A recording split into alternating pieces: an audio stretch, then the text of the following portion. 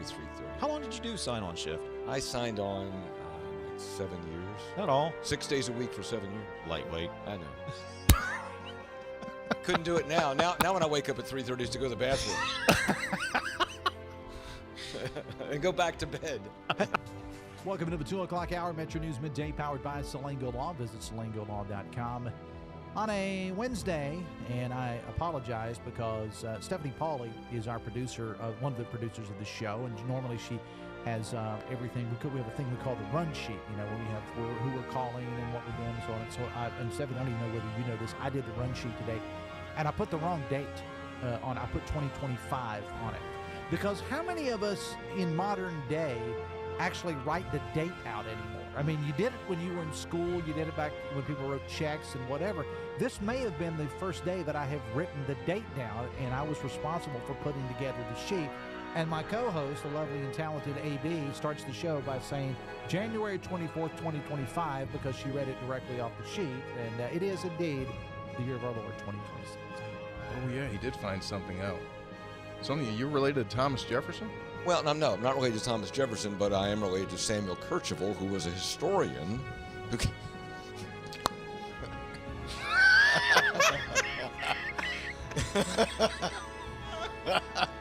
going to tell you something about Samuel Kercheval.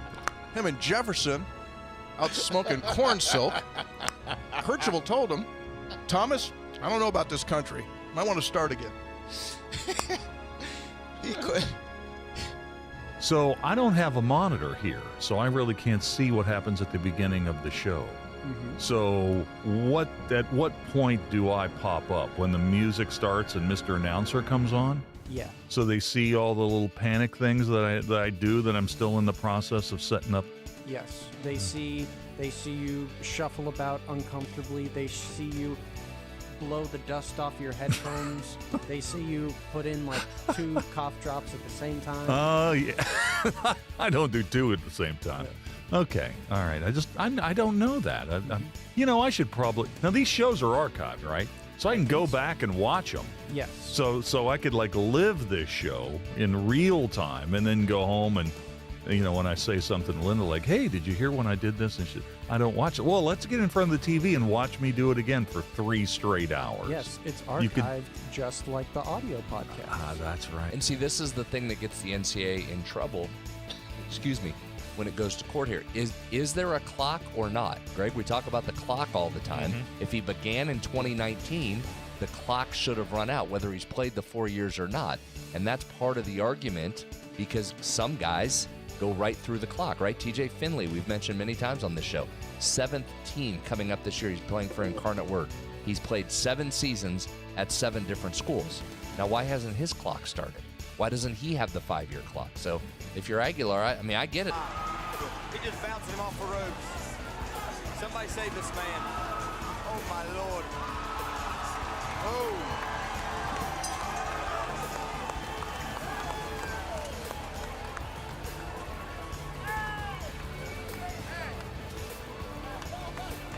Very nice, very nice. He hit him with everything he didn't want.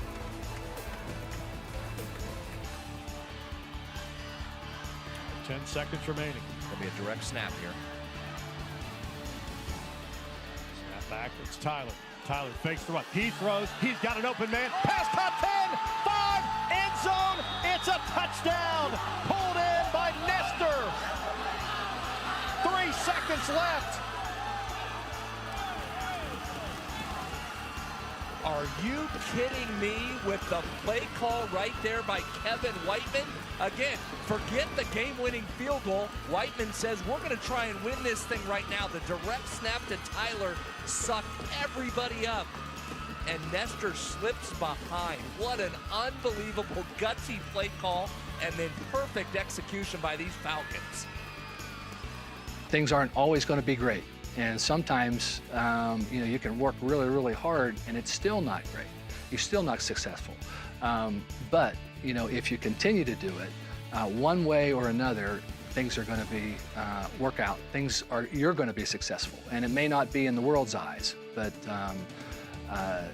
God's made us this way. He's blessed us with so many things. And I think that's one of our attributes that we need to have. Is we're going to continue to work. We're going to continue to work hard. And if it doesn't work out exactly how we want, just keep plugging away because God's got better plans.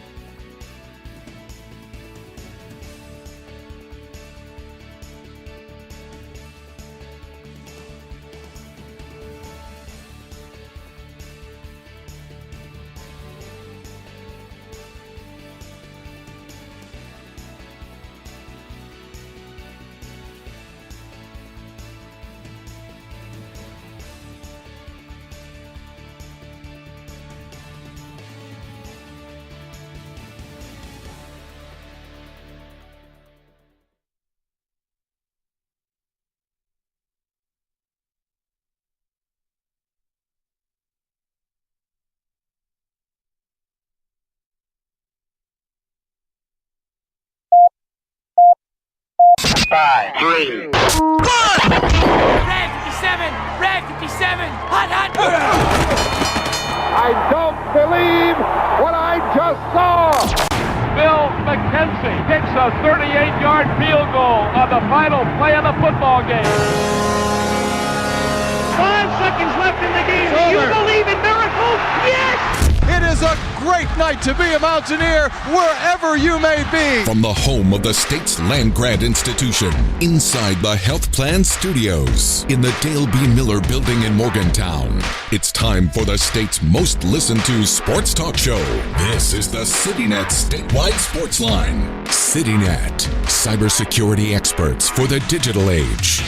And now, across the state of West Virginia and beyond, Sportsline is on the air. Hello again, everybody, and we welcome you to downtown Morgantown Metro News Radio and Television Studios on this 5th day of April. It's Easter Sunday, 2026. Travis Jones along with the coach, Craig Hunter, with you until 8 o'clock tonight as we talk sports across the Mountain State, as we do on Sunday nights. And the Mountaineer basketball team, obviously the story of the hour, currently in action.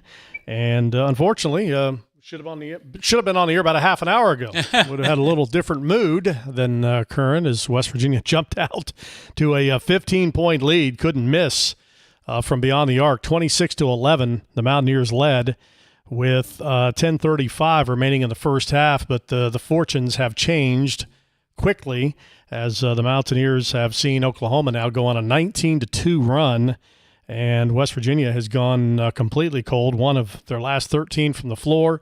Now they trail the Sooners 34-30 with 2:34 remaining until halftime in the first half of the championship game at the Crown. So the Mountaineers going to have to dig their way out here. Yeah, I mean, you go from blistering hot for West Virginia to ice cold. As you said, West Virginia's made only one of its last 14 shots.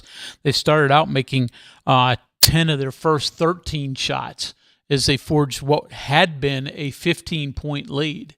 And now, with yet another Oklahoma bucket, West Virginia trails 36-34, media timeout at 2:15 left in the first half. So there's a lot of basketball left to play. West Virginia was really good early, fast-paced. There was no stoppage in this game for about first 7.5 minutes or so. But this thing is still fast-paced, but it's turned from West Virginia's favor to certainly for the Sooners, but we'll see how this thing plays out in Vegas, and I'm sure, Travis, over the course of this show, if this goes really extended, we'll be able to bring the final moments of West Virginia's final game of 2025-26. Yeah, Sooners on a 21-2 run currently. And again, media timeout, 2:15 remaining after a foul on Oklahoma created the dead ball stoppage. So West Virginia goes from up 15 to down 6 heading into the final couple minutes of the contest. And, hopefully things get turned around because I think this has been a great story. I think as you started this game, the point of this was going to be this is why you play these type of tournaments, why you accept these invites, because, if you can come back and win, I know if you don't, particularly the way you started here, if you blow the lead and can't crawl your way back out of this, it'll change the tone even again, flip it back. But if you win this game, boy, what a complete tone change to the end of this year. Oh, absolutely. And I think just by the first couple of games in this tournament, West Virginia has certainly added some luster to the first year for Ross Hodge. West Virginia now with a 20-win season. He is just the fourth out of the 24 men's basketball coaches in West Virginia history to win 24 or more games in his first season.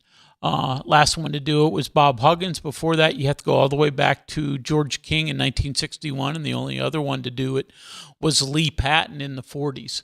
So, rare event for Ross Hodge. All those other guys had returnees to build around. Obviously, Ross doing it in his with a new roster in his first season. So I think this tournament has really helped add to this year. But you'd love to finish it strong. And right now, Oklahoma is certainly on a heater. But we'll see how this thing goes. Like I said, you still got 22 minutes of more of basketball left to play. But Travis, a lot going on. Baseball, not exactly the best weekend. Dramatic comeback yesterday, but other than that, Mountaineer baseball team loses 2 out of 3 to UCF. We got spring football to look at as well. Yep. Yeah, we got plenty of tape for you in the second hour. Football, baseball. Steve Saban's met with the media following, as Greg mentioned, a disappointing weekend, but give UCF credit. They came in. Thought they were very impressive. They're probably they're happy with the series win, but they should have had a sweep. Really let West Virginia off the mat. Yep. Last night, in allowing the Mountaineers to score 4 runs at the bottom of the ninth to come back and win 11-10. Other than that, dominant. They won the other 2 games by a 10-1 score combined. Just consistent with the bats and had very effective pitching. So, West Virginia, certainly not all is lost. It's early. Got plenty of Big 12 series to come. It's early April. So, this team's got to continue to get better and find, what you got in Max Yell. You got to find, try to work around that and find some consistent pitching. And, today was just a situation where you just had bad luck. I mean, how many times you make good contact and hit the ball to the warning track? Yeah, exactly. A bunch there. But this is a Mountaineer team that's been really good offensively throughout the season. But this weekend, other than that stretch on Saturday, had issues on the offensive end. And I think when you look back on their struggles against UCF, it was far more about what happened at the plate than what happened on the mound. Yeah. So we'll hear from Steve Sabans, and he can give us the true opinion of what went right, what went wrong as West Virginia turns the page to the next one. And it's baseball. You can't sit there and pout over what did just happen.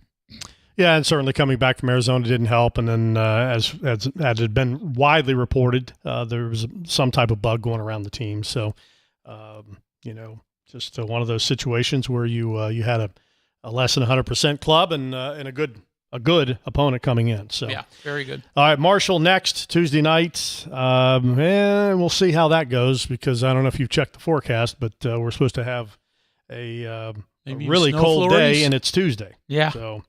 We'll find out if, in fact, that game gets played or not. Right now, the forecast, Tuesday's high of 48 is going to be clear. So precip not a problem. Low of 27 on Tuesday night. So it might be a chilly night for baseball at Kendrick Family Ballpark. And then West Virginia heads out to Lubbock to take on Texas Tech in a weekend series starting on Friday. So, as you said, Steve Saban's coming up. Don't anticipate that we'll get Ross Hodge post-game before we leave the air. This game should be over by 7:20, probably 7:25. So we'll keep an eye out, maybe hopefully get it into the game, or into the show, but not likely that's going to happen. Mm-hmm. The Mountaineers have got back to within 2, 127 to play in the first half after a Moore bucket that is, and a couple of free throws from Moore as well, has gotten the Mountaineers from down 6 to back within 2. 1:27 remaining there in the first half of play. So got that going on. As we mentioned, spring football. We're a week away from the spring game. That's taking place. And the national championship game also on deck for tomorrow night. Women's national title was held today and just wrapped up. And, it was an upset because UCLA, Greg, was a 4-point underdog going into today, and they beat South Carolina by 28, 79-51. So the what? Yeah, 8? 79-51. So 28, not 28. 8. Yeah, 28. 28. Wow. Yeah, how about that?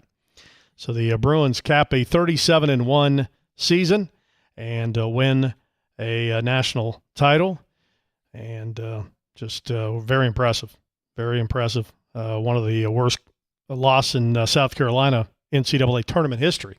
So great job there by the Bruins to complete a near perfect season and end the women's basketball season. Our buddy Mike was out there taking in the game today, so we'll check in with him coming up here in a couple of minutes. Unfortunately, he didn't get to see many decent games out there. The Final Four saw some attitude, but yeah, saw a little dust up, but other than that. All right, text line's open, 304-TALK-304. We will obviously watch the game with you as well, as I know most of our listeners are tuned into the game. 47 seconds remaining. Mountaineers back to within 2 at 38-36. We'll take a break, talk to Mike, and hit the text when we return. Sportsline continues right after this. Diabetes is the most common endocrine disease in the U.S., and WVU Medicine endocrinologists offer comprehensive care for this chronic disease. We also treat parathyroid, pituitary, thyroid, reproductive, and adrenal gland conditions. Trust WVU Medicine's fellowship-trained and board-certified endocrinologists to provide world-class care for all endocrine disorders. Call 855-WVU-CARE or visit wvumedicine.org/endocrinology. We are there for you, to care for you at the health plan. We are here for you. For over 4 decades, we've been rooted deep inside West Virginia. Through thick and thin, supporting local families and businesses. Proudly serving your neighborhood since 1979. Your trusted partner in the community. The health plan, we are here for you. Live from the Health Plan Studios, the CityNet statewide sports line returns in 2 minutes on Metro News, the voice of West Virginia.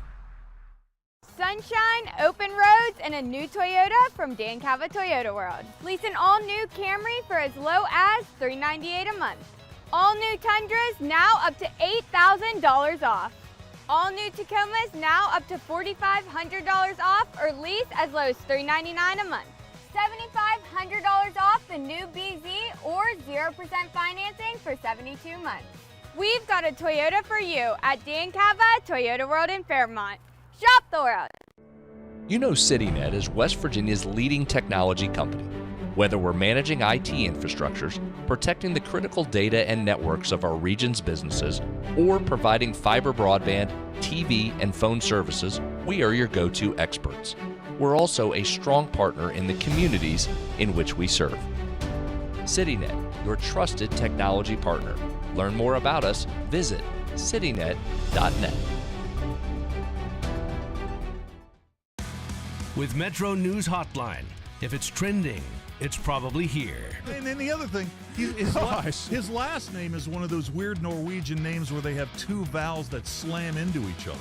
It's like the A and the E are like cemented into each other. You're like the 12th Dave that works here. What do you think people from Norwegian think about that? That is fair. Join Dave Weekly and Coop weekdays for Hotline on Metro News Television. We're Panhandle Cleaning and Restoration, and we're gonna save you. We've got it down to a science, an absolute state of art.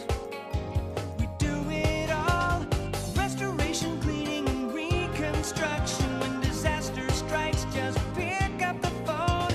We're Panhandle Cleaning and Restoration.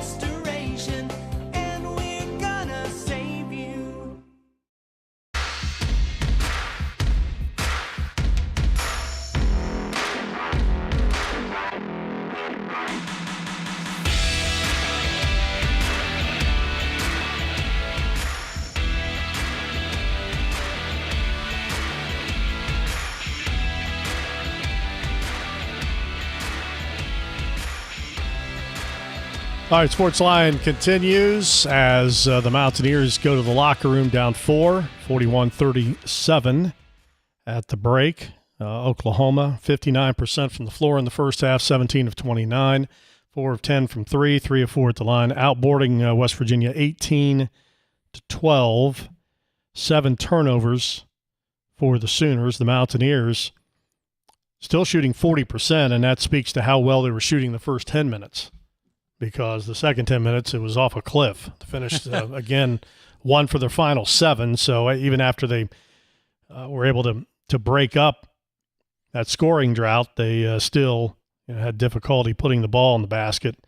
I thought fell in love with the three-point shot too much after they had a good start. You look at halftime, they've taken 30 shots, 18 threes, 12 twos. Yeah, and the threes were certainly falling for them early, and if you continue to make 44%, you're going to take that. But after such a hot start from 3, it certainly has slowed down, though Honor Huff has been electric. Now, he took maybe one or too many, but he's 5 of 8 from 3.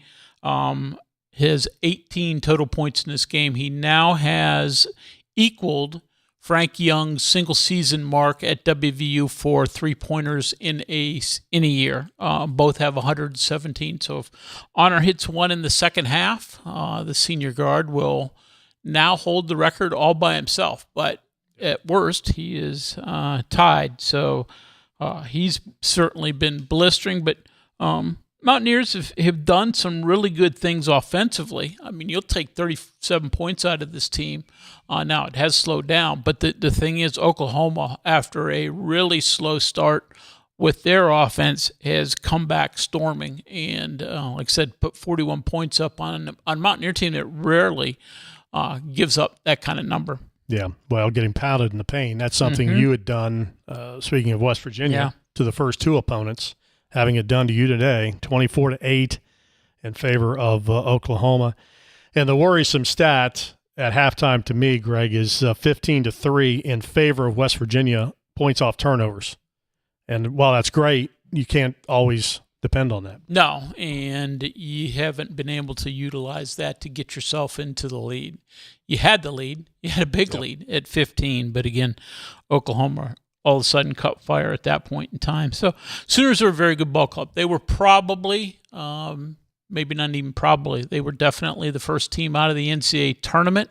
West Virginia was a little further down that same bubble, but the Sooners thought they had an argument to get in. They didn't. They settled for the crown and have played well in Vegas.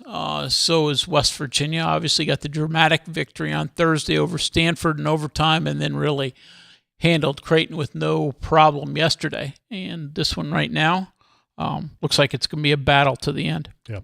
All right, so that's the story. They're in the locker room, 41-37. Sooners leading the Mountaineers by 4. Let's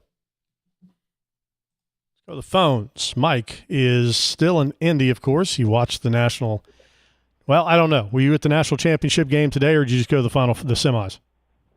No. I was at the I came in Thursday night late, unfortunately, plane delay, so I only caught part of the Stanford-West Virginia game, which I thought West Virginia was going to lose, by the way, and they came back, so that was good for them. And then we watched Illinois and UConn. Unfortunately, Illinois didn't show up except for Wagle, I think his name is Wagle, the freshman, who's I think it's going to be a top 10 pick, they say. But both games, you're right, Travis, both games were so-so. Arizona didn't show up in the second game. Michigan beats them. And then today we went to a watch party and watched South Carolina and UCLA. I thought South Carolina was so happy beating UConn, all that emotion in that game. Mm-hmm. And then they come to play UCLA, and I don't know whether they weren't prepared or what happened, but obviously a 28-point loss. So that hurts. A lot of crazy games going on, like you say. But all in all, it's been a nice trip, of course. But just the games could have been a little more exciting.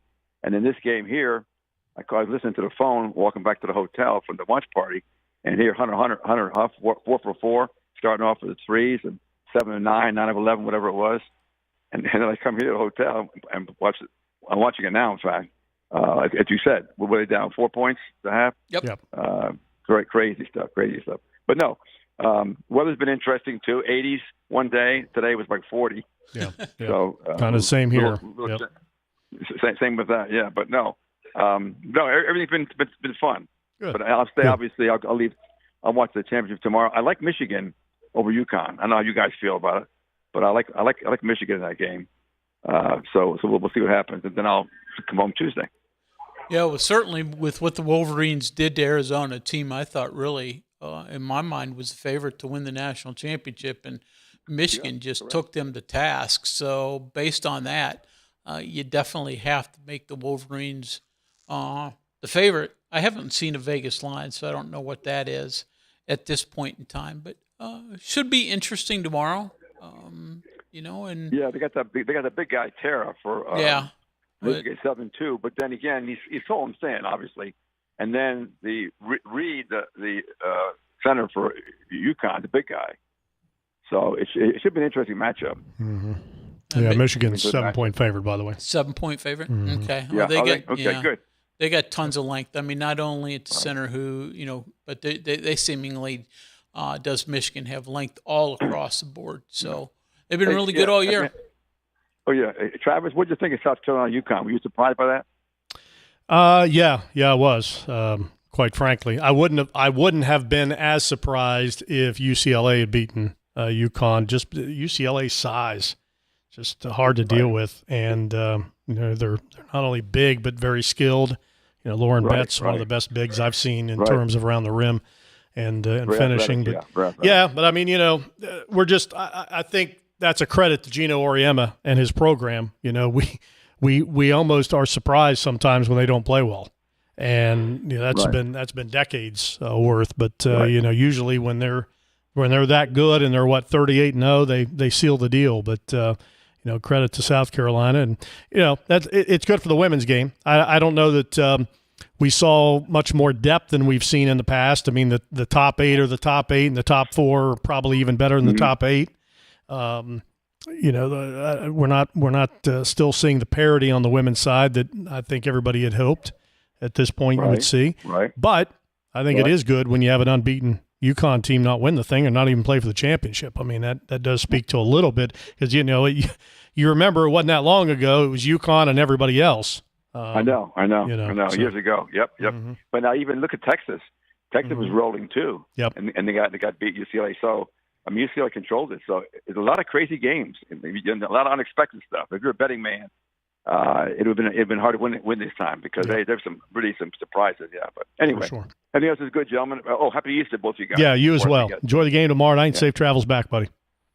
Thanks, Mike. Take care. Thanks so much. Yeah, the men's tournament, Greg, overall, you could have a great national championship game tomorrow night and it might help boost it, opinion-wise. But if you didn't have that UConn shot, if you take that game out, very tournament. Well, not the drama that we're normally used to in this tournament. Only a couple of significant upsets and only, as you said, UConn and maybe a couple others are really dramatic finishes. So that's normally what we get used to in the NCAA tournament, a plethora of both of those and minimal numbers in each. So I would agree with you. And, we'll see what happens in the NCAA tournament championship tomorrow. Maybe there will finally be some more last second and down to the wire dramatic events. UConn's already found a way to do that once. Maybe they'll be part of another one, but they all can't be crazy. I get that. You're right, and I don't know. And the women's tournament didn't have much either in terms of. All the number ones get to the Final Four, and even at that point, wasn't exactly a lot of fantastic finishes. Yeah. Two blowouts in 3 of the games. So.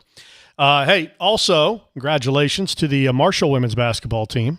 They won the women's NIT in Huntington yesterday, defeating Illinois State 66-41. So the Herd wins the women's NIT. A couple of Mountain State girls on that team as well as Peyton Elderton from Logan, former Logan Wildcat, and also Meredith Mayer, former Fairmont Senior Polar Bear by way of Grafton, wins an NIT championship. Both of those young ladies seniors, so they close out their career. So congratulations to Marshall. They sold out the Cam Henderson Center for that. Had a sold-out Coliseum twice here, so just a good March and April for women's basketball in the state. Yeah, that's a nice championship for Marshall. Travis, you were part of the WVU team that had a WNIT run a number of years ago, and that was a fun event. So certainly congratulations to them. Yeah, the Mountaineers lost twice in that under Mike Carey. Lost to, I think we talked last week, Southwest Missouri. Now it's Missouri State. Yeah. And also UCLA in Charleston. Yep. Yeah, so those are fun events. And just sort of like what West Virginia's going through with the Crown right now. Is it the NCAA tournament? No. But outside of that, you might as well go play some winning basketball and enjoy the moment. Yep, for sure. And as we talked at the beginning, it kind of does change.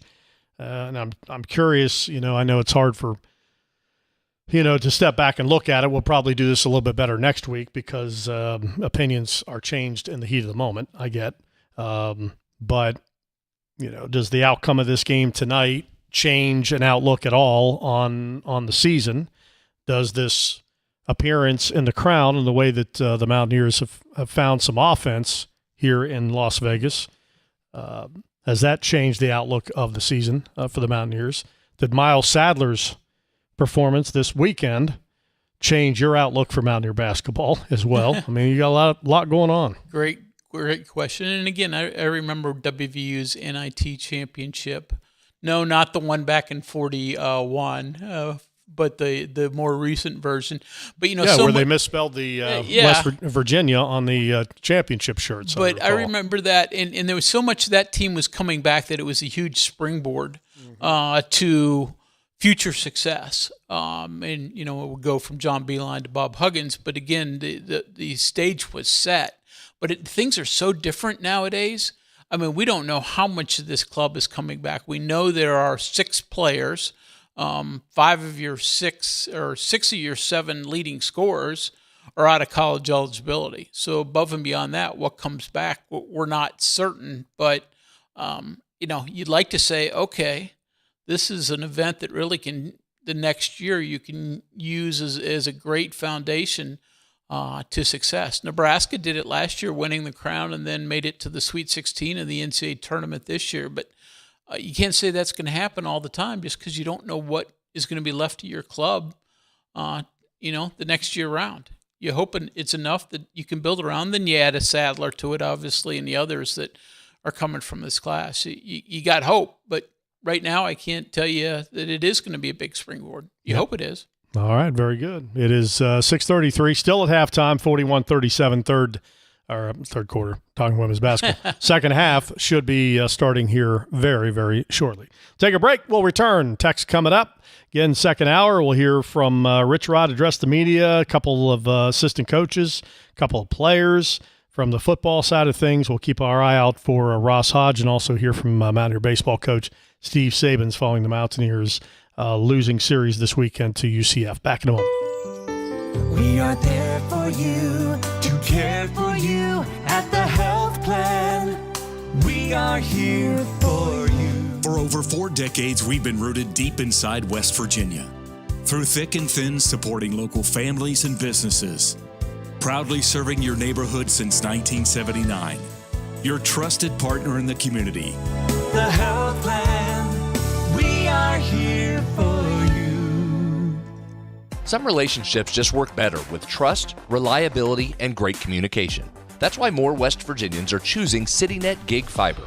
Fast, symmetrical speeds, no contracts, no data caps, and local teams monitoring the network around the clock.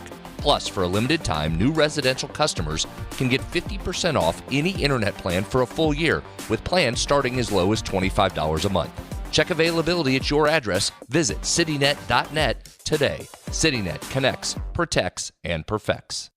Live from the Health Plan Studios, the CityNet statewide sports line returns in 2 minutes on Metro News, the voice of West Virginia. There's often an assumption that my nasal congestion, my sneezing, my runny nose, these are just things that I have to live with.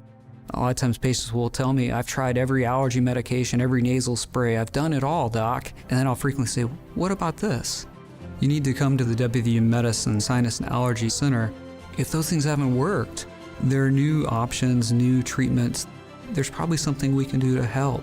You don't just have to live with those symptoms. Longer days, warmer drives, and better deals at Dan Cava GMC. Hit the road in one of our new luxury GMC Acadias. All this and more at Dan Cava GMC in Bridgeport. Shop the world. Download Metro News Television on your iPhone or Android. Search Metro News Television in your app store. Create an account today to get alerts and watch all live and archived content. Download now. You own a boat because you love spending time on the water. Choose the outboard that allows you to make the most of it. Honda Marine's legendary reliability, ease of maintenance, and powerful performance keep you going strong. And they're all backed by the peace of mind protection of the industry's best limited warranty. Visit your Honda Marine dealer today and find out why it's more than an engine. It's your time on the water.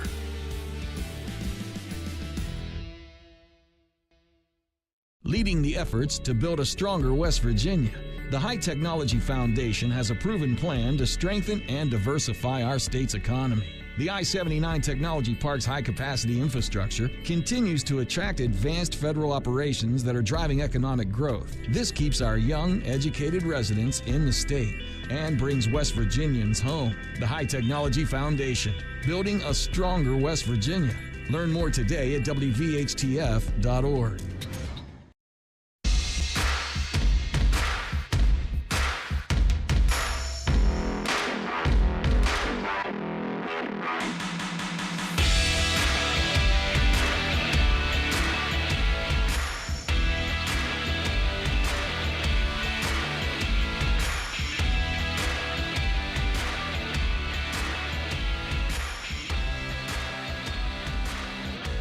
All right, back underway in the second half of the Mountaineers and Oklahoma contest. 45-40.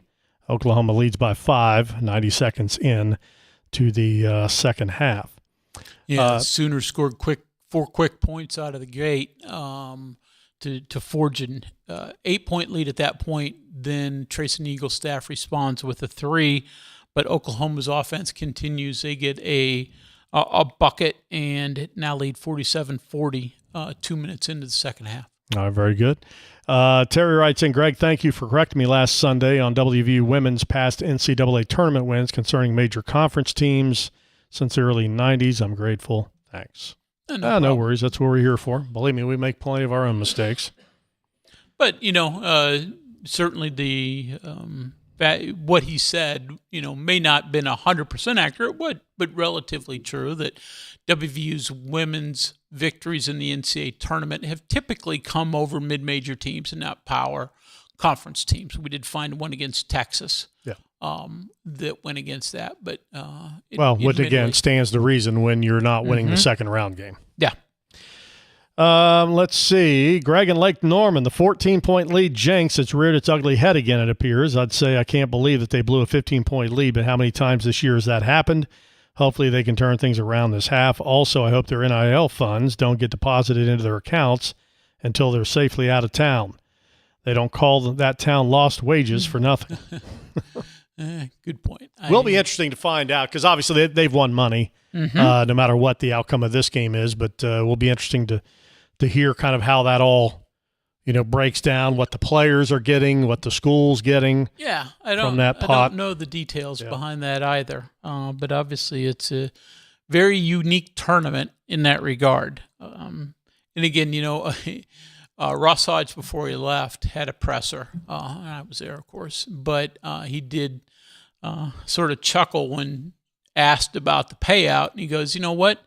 few years ago when they announced that, sounded like a really big deal. But in today's NIL world, when everybody gets something and some get a really good number, what they're ultimately going to get from this tournament is, I'm not going to say a drop in the bucket by any stretch, but not nearly as enticing as it was when it was first announced. Yeah, for sure. Yeah, and going to be interesting to watch the viability of this tournament. I don't know much about who even runs it. I think Fox is a big part of it, though. The three main conferences that are in there, Big 12, Big East, and Big 10, all of which are, the main participants. I think they all sort of have a piece of it. But yeah, I mean, it's more of a TV event. It is certainly not something that's packing the place. But Fox needs programming right now to counter the NCAA, and they're getting that if it's viable for them economically. Texter says,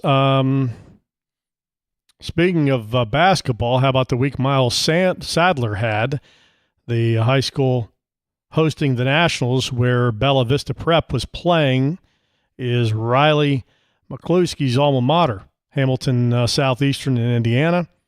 Also points out that Ilderton and Mayer faced each other in the last game of their high school careers in the 2022 AAA state championship game, won by Logan in a thriller.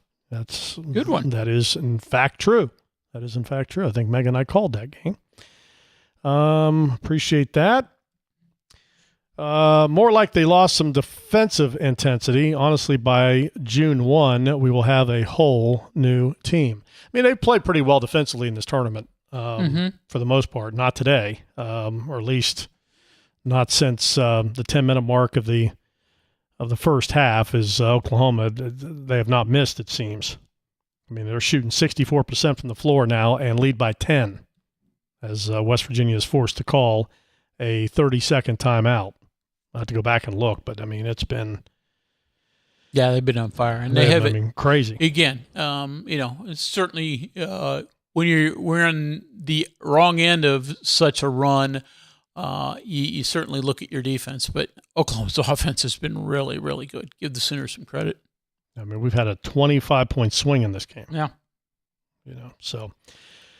All right, not the start you wanted. Not the start you wanted coming out of the locker room for sure. Any news on the UCF pitcher that got hit in the face? I don't have anything directly, but most indications are he's doing okay. I know UCF put out some statements thanking West Virginia's medical personnel and such for their assistance, and I'm sure it's going to be a bit of a rehab for him. I don't know the extent of the injuries, whether there were any facial fractures or anything like that. Somebody may have heard, but I hadn't heard that. But it sounds like long-term he's going to be okay. Yeah, it did sound that way. I appreciate the text. So, again, gone to a timeout here. The Mountaineers outscored 11-5 to start the second half and trail the Sooners 52-42. 16-18 remaining in the second half. Still plenty of time here to get something going, but certainly not the start you wanted. Oklahoma's come out and made 4 of 4 from the floor, 1 of 1 from 3, 2 of 2 from the free throw line. So continuing their hot shooting they left off with. Yeah, I mean, they've shot well throughout this tournament in Vegas. So nothing necessarily new there, but they didn't get off to that start. It was West Virginia that got off to that start early, but since then it's completely flipped. As you said, a 25-point turnaround since about 10 minutes into the first half. What about the Texers' thought that this will be a completely different team next year, roster-wise? I don't think it will be completely different. I mean, I don't think you'll have a 100% turnaround or 95% turnaround like Ross Hodge faced in his first year. I think there'll be a few returnees, but I can't tell you. Does that mean 3? Does that mean 5? I'm not positive. It won't be 100% of those eligible who will return. That's obviously in today's world at WVU or anywhere else, but I think you'll get a number of those back. And again, one thing we've got to see is Amir Jenkins even healthy next year. Yeah. 2 shoulder surgeries, had one, faces another. Ross was asked about that and just admitted right now, until they get in there and do the surgery and start the rehab, they don't know the extent of his injury. So he's a guy you would like to certainly have as part of your core next year. DJ Thomas as well. Yeah, those two. We'll see what happens with Jackson Fields as he, will redshirt ultimately this year. But there's some guys you would definitely like to have back next year. But what's the market bear? I mean, West Virginia can afford numbers, but they can't just outbid anybody, on the planet. So, you heard any estimates on what Sadler's costing? No, I haven't heard an estimate, but the numbers out there are incredible just across the board. $1 million is, I'm not going rate for a high-end player anymore. So they're going to be more than one guy who has that kind of number. So that's, something in, JT Toppin at Texas Tech got over $2 million this past year, and the inflation rate for NIL is going up exponentially. Well, I mean, hopefully everything with him is signed, sealed, and delivered, because after the kind of weekend he had, if he wasn't, of course he was on people's radar, but that type of weekend, kind of puts blood back in the water. Yeah, so. Well, certainly. I think, West Virginia certainly, he was a known quantity when he signed with West Virginia, so they couldn't come with a cheap offer. I'm sure whatever they offered him then was very good. And again, it has become a little bit more different in the last couple of years. I don't think freshmen have quite the freedom that they did a couple years ago, where after they sign, it's still an option for them. They may be more bound to their program for at least 1 year, which is certainly different than where it was a couple years ago. Yeah, and who knows where it goes. We know the political end of it and what the president's trying to do with college sports. We'll see if that stands up in court. Yeah, but everything. President, right. NCAA, every rule that you propose sounds good, but does it meet muster when it comes to the legal system? All right, media timeout, 15:54 to play. Unfortunately, West Virginia's kind of fallen apart here. Turned the ball over 3 times in the first 4 minutes and 6 seconds of the second half. Trail 10, Oklahoma shoots free throws out of the media timeout. We'll be back. Sportsline continues in a moment. Worried about paying for college? Metro News is proud to present the 19th Annual West Virginia Scholar Program, where one high school junior in West Virginia will win a full scholarship to West Virginia Wesleyan College, including room, board, tuition, and fees. For details, go to wvmetronews.com and click the Apply Now button. Deadline is May 3rd. The 2026 West Virginia Scholar Program, presented by Greer Industries and the West Virginia Hospital Association. Go to wvmetronews.com and apply today by May 3rd. We are there for you, to care for you at the health plan. We are here for you. For over 4 decades, we've been rooted deep inside West Virginia. Through thick and thin, supporting local families and businesses. Proudly serving your neighborhood since 1979. Your trusted partner in the community. The health plan, we are here for you.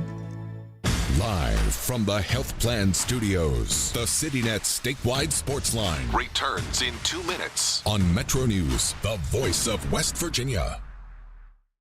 We're Panhandle Cleaning and Restoration, and we're gonna save you. We've got it down to a science, an absolute state of art. We do it all, restoration, cleaning, and reconstruction. When disaster strikes, just pick up the phone. We're Panhandle Cleaning and Restoration, and we're gonna save you. Stay connected to what's happening today in West Virginia. What about, this, or what about that? And it just went back and forth. And I was just the guy reading the text, okay? So what's your take on the whole thing? Well, now you just get me fired up. Now Right. you just So get I'm me gonna going. turn on. I'm gonna run down to Wendy's and grab a burger, and I'll be back. Join Dave Allen weekdays for midday on Metro News Television. You know CityNet is West Virginia's leading technology company. Whether we're managing IT infrastructures, protecting the critical data and networks of our region's businesses, or providing fiber broadband, TV, and phone services, we are your go-to experts. We're also a strong partner in the communities in which we serve. CityNet, your trusted technology partner. Learn more about us, visit citynet.net. We are there for you, to care for you at the health plan. We are here for you. The Health Plan proudly supports our active and healthy communities and has been your most trusted carrier for over 40 years. Log on to healthplan.org for more information. We are there for you, to care for you at the health plan. We are here for you.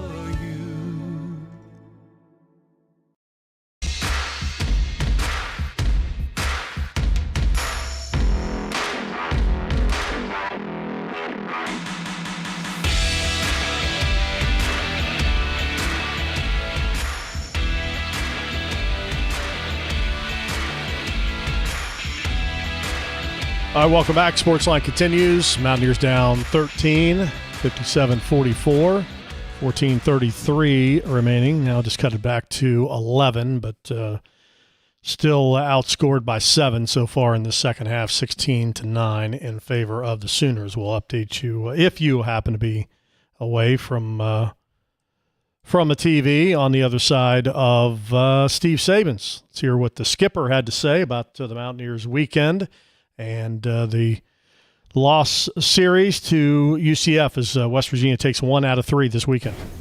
Had an opportunity to win a series. Always want to try to close that thing out, especially at home. Fans were great all week. Weren't able to do it. I thought Chance Cole really pitched tremendously. He gave us a chance, 5.2 innings, 3 hits, 6 strikeouts, a couple walks, but he was great. Really stabilized after giving up a home run in the first, but kind of gave you that eerie feeling of like when we were at Arizona State. He gave up a home run in the first, kept it there. We ended up winning the ball game. Our offense, I think, actually got going maybe the most it had all weekend. We just on the barrel a ton today. So first time saying that all season where felt like things didn't really go our way, but we were offensive. We were on the barrel, hitting the ball hard. My guess is we probably had double the barrels of UCF today, but it didn't go our way. Steve, a ton of fly balls today and kind of like up in the air, easy to catch. Is that their pitcher's game? Like, I don't know. Fly balls. No, more of a sinker ball kind of guy with a heavy mix, so he gets a ton of ground balls. So felt like we were doing our job, wind blowing out kind of to left field.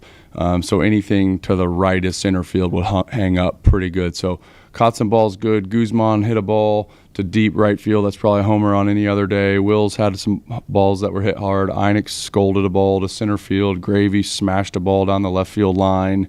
So had some opportunities. 8th inning was our best shot to kind of crack that thing open with bases loaded. And if Paul's able to get on there in the 8th inning, we're Sean Smith, our 4 holes coming up with the tying run at the plate. And so that's always the goal late in the game, if you can get the tying run to the plate.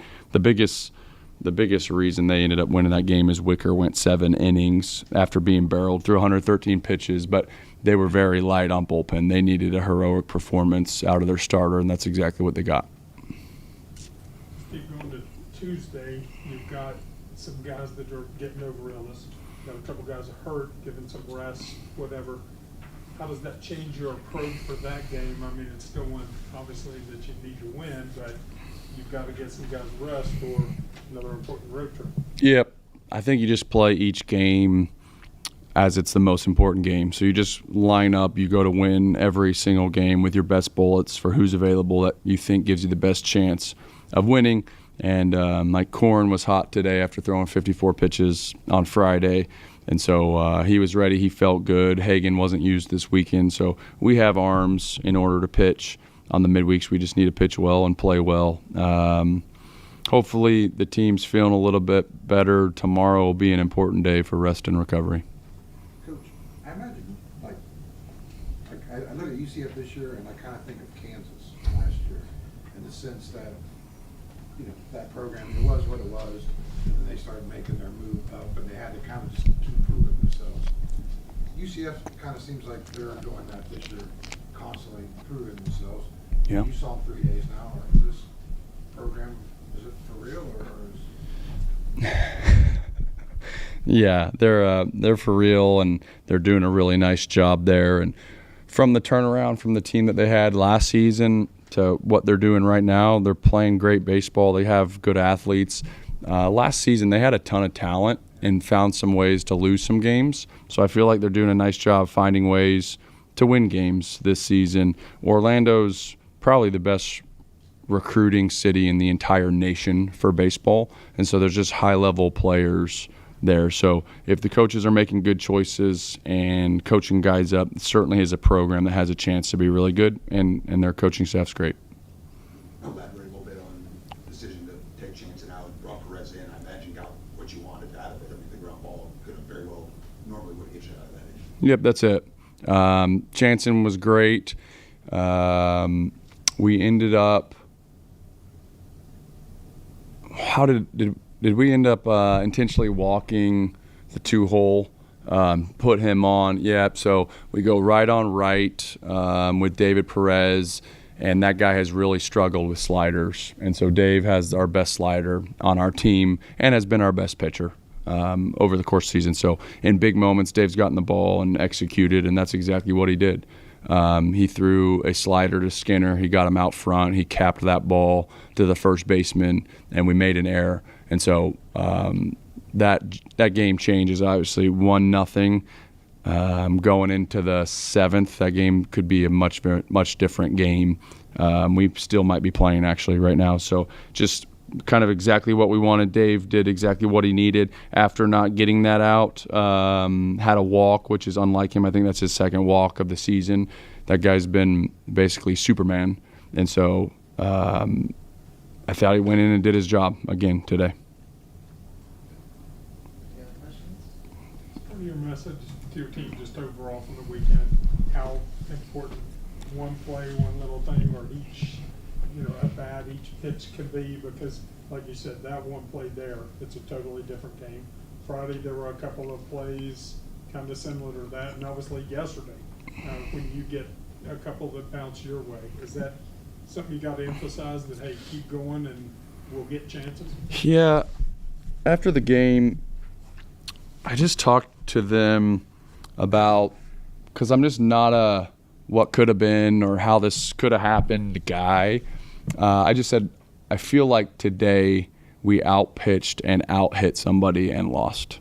And so that was the first time I've said that, and I don't go down that road very often. The truth is, we could have easily been swept this weekend, right? You're down 8 runs in game 2, so you very easily could have been swept, and we very easily could have won the series because I believe we outpitched and outhit UCF over the course of the game.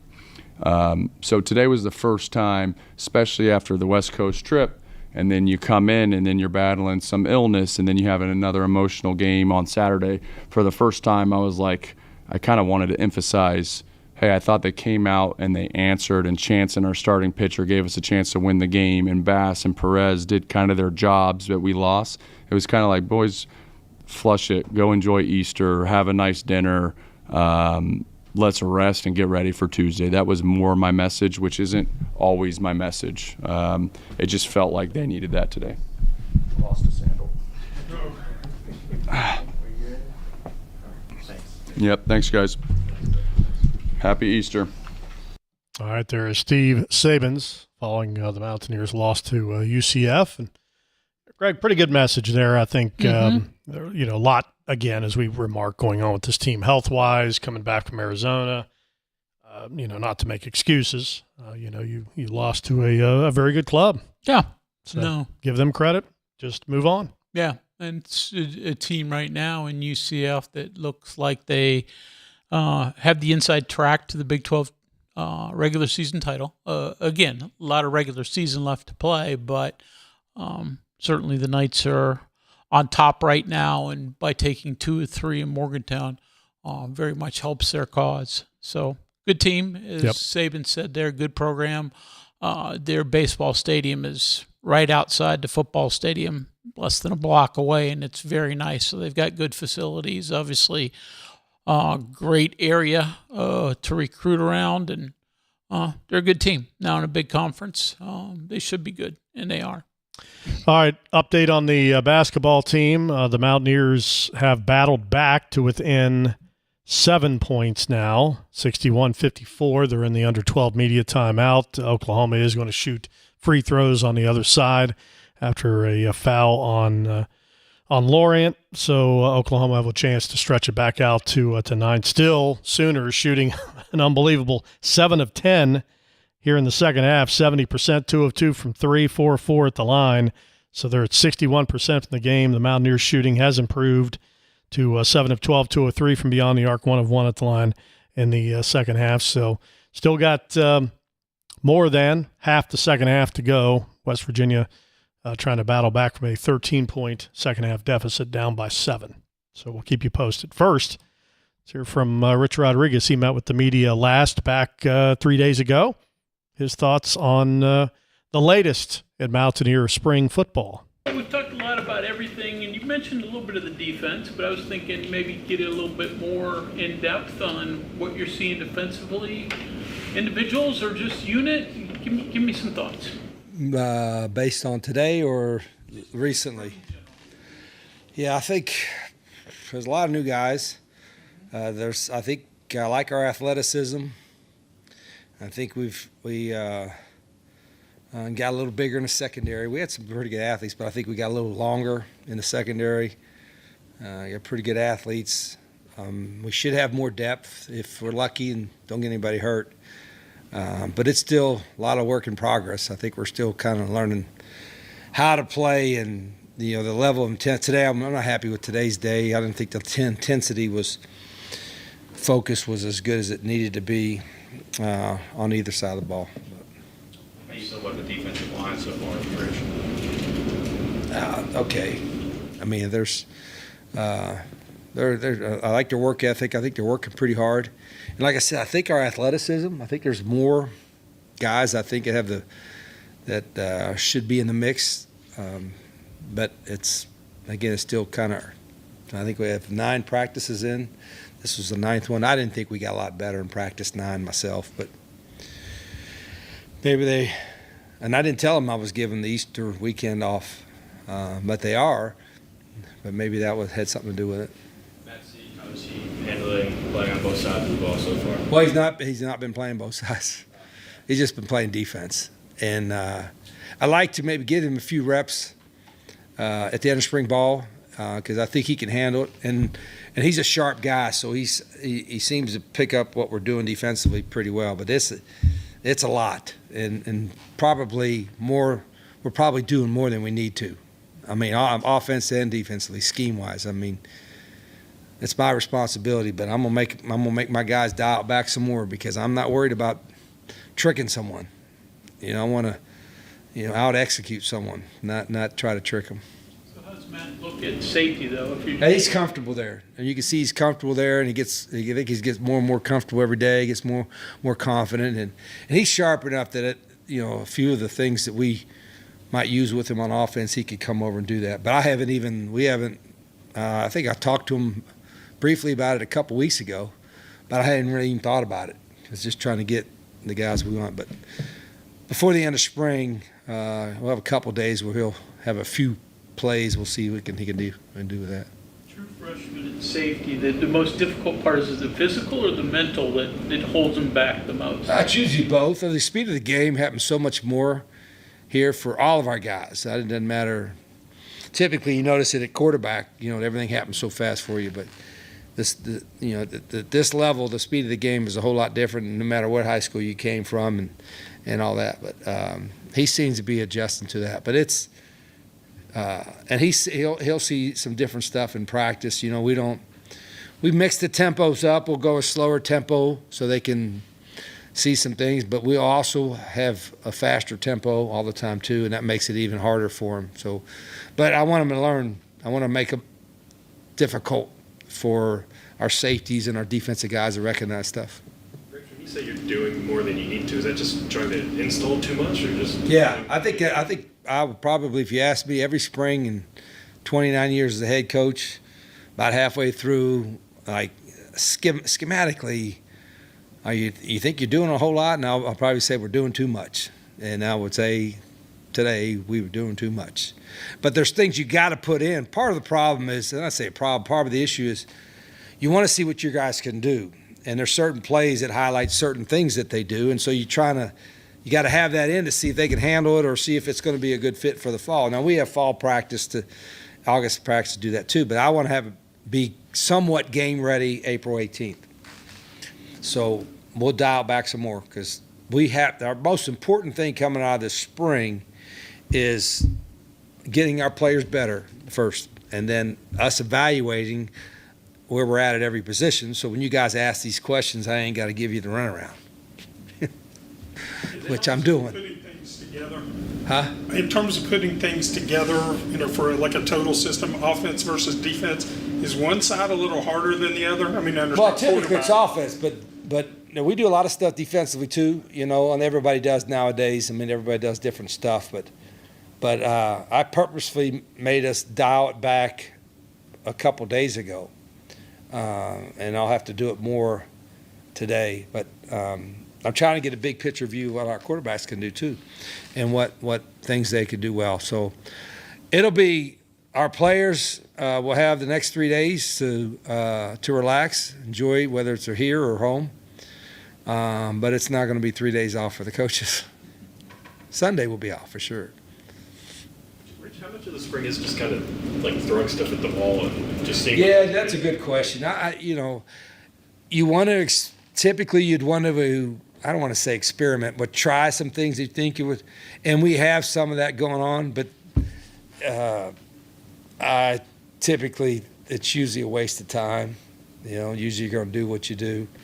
So, but we're doing some of that, or at least have plans for doing some of that. Now we'll have a couple practice. Well, the last practice won't be anything to do there, and then really the last week is not really helpful in that regard. So, what do we have left? 2 weeks? No.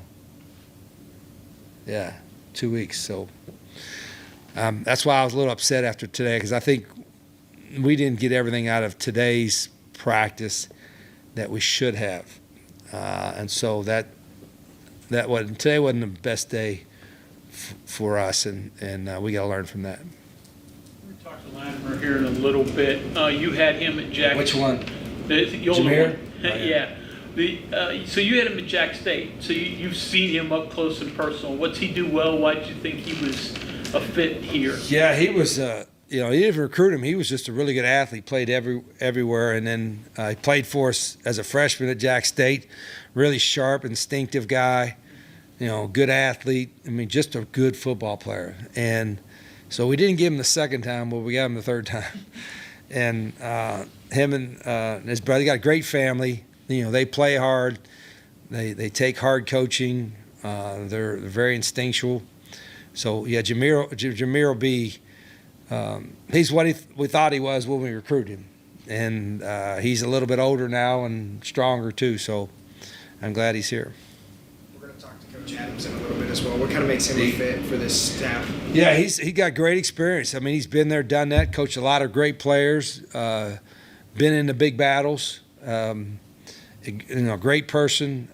We're very fortunate that he was available, I guess you could say, and able to hire him. I like their staff. I think the guys work well together, and they got to take me yelling at them all the time. So their egos aren't too big. But he's been a great addition, and I think I'm seeing some progress made out of those. We switched a little bit instead of just coaching one guy, the bandits per se. He's kind of got both ends, and then Coach Green has got the inside guys, so it's worked out pretty good. What do you see from your corners? A little bit longer there. I think they're progressing, but it's almost a whole new room. I think Keyshawn Robinson. Keyshawn was one guy that played a little bit, but most of the guys Nick Taylor, I think he was probably mostly safety, and he's at corner, and I think he's comfortable there. And all the other guys are new, and there's some size there and pretty good athleticism. But I yelled at them a lot today because I like yelling at DBs because I was one. I got yelled at a lot too. But it's going to be a really competitive right now. If you just say who's going to be the top 2 or top 3, it's really competitive. It's pretty wide open right now. Got a couple of JUCOs at that position that were highly thought of when you recruited them. Is that a big jump for a junior college guy? Yeah, what kind of jump is that? Yeah, not as big as probably high school, but we wanted some older guys and the junior college guys. The one thing about like Chalms and some of those guys he's got a chance to really help us. One thing you find out with the junior college guys in this era, so to speak, and not that anybody is spoiled, but they're not spoiled. Even coming from the great junior colleges that we're getting them from, because we're getting them from some really good junior colleges, when you're giving them a T-shirt and give them dinner, they're like tickled to death. They're not spoiled per se, and that's one thing I appreciate. The junior college guys, I know they have a greater appreciation for all this stuff that we have. In fact, I got on my guys again, not got on them, but I told them, so do you realize we're almost living in a fantasy world? You know what I mean? It's like we want for nothing. They have somebody wash their clothes, somebody make them meals. We got great medical help. We got personal trainers. We got the mental health experts is great. We've got a team pastor. We've got, 2 full-time nutritionists. Every coach has got a coach. It's really a great setup for guys to develop. And that's one thing that I'll make sure our guys remember is we got to take the most of us opportunity and all the stuff that we have to get to be a really good football player, because we have that here. And I think one of the reasons maybe we got them, I think most people at our level have all those things, but we certainly do. And we have it all in one building, which is really neat. So we're blessed in that regard. How different has the corner position changed since when you played back at West Virginia? Yeah, we played a lot of zone. And then whenever I got in the game, I was like deep as the deepest. We had what they called ability alignment. Like you had to line up if you were playing zone, whatever your ability is. So like if you were really fast, you could play like at 7 or 8 yards. And if you weren't as fast, you lined up deeper. And when I lined up against Dan Marino in 1982 at Pitt, my ass was 22 yards deep in Balin. I wasn't going to get beat deep. I think they got a post route in front of me. I got in. I was a backup then, but I got in. It was on national TV. I remember I'm going to get beat deep on national TV, so I better make sure I line up deep. But I think they ran a square in like 20 yards in front of me. I was lined up deep. They didn't even see me on the film. I wasn't on there. I was 16 millimeter. And Coach Bill McConnell was my coach, was like yelling, like, where you at? Where you at? And I'm like, just let it roll. You'll get there. So I was lined up like 25 yards deep. But the kids nowadays our guys were tough. I think our secondary I played with, they were tough, hard nosed to hit you.